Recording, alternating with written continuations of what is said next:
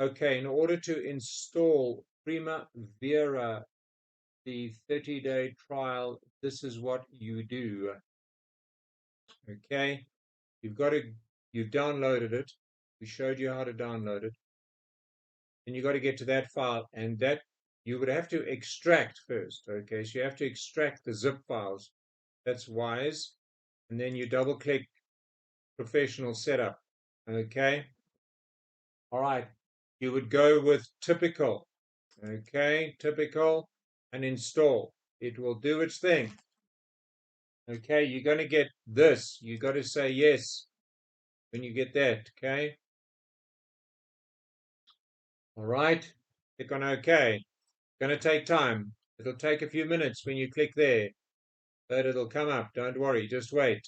Then new connection. You got to go for standalone SQLite, and you got to go for the bottom option here. Okay. Next. All right. Type in your password. We recommend admin and admin. Okay, now I know we're getting to the part that we thought was a dead end, but it isn't a dead end. Okay. Driver type, save.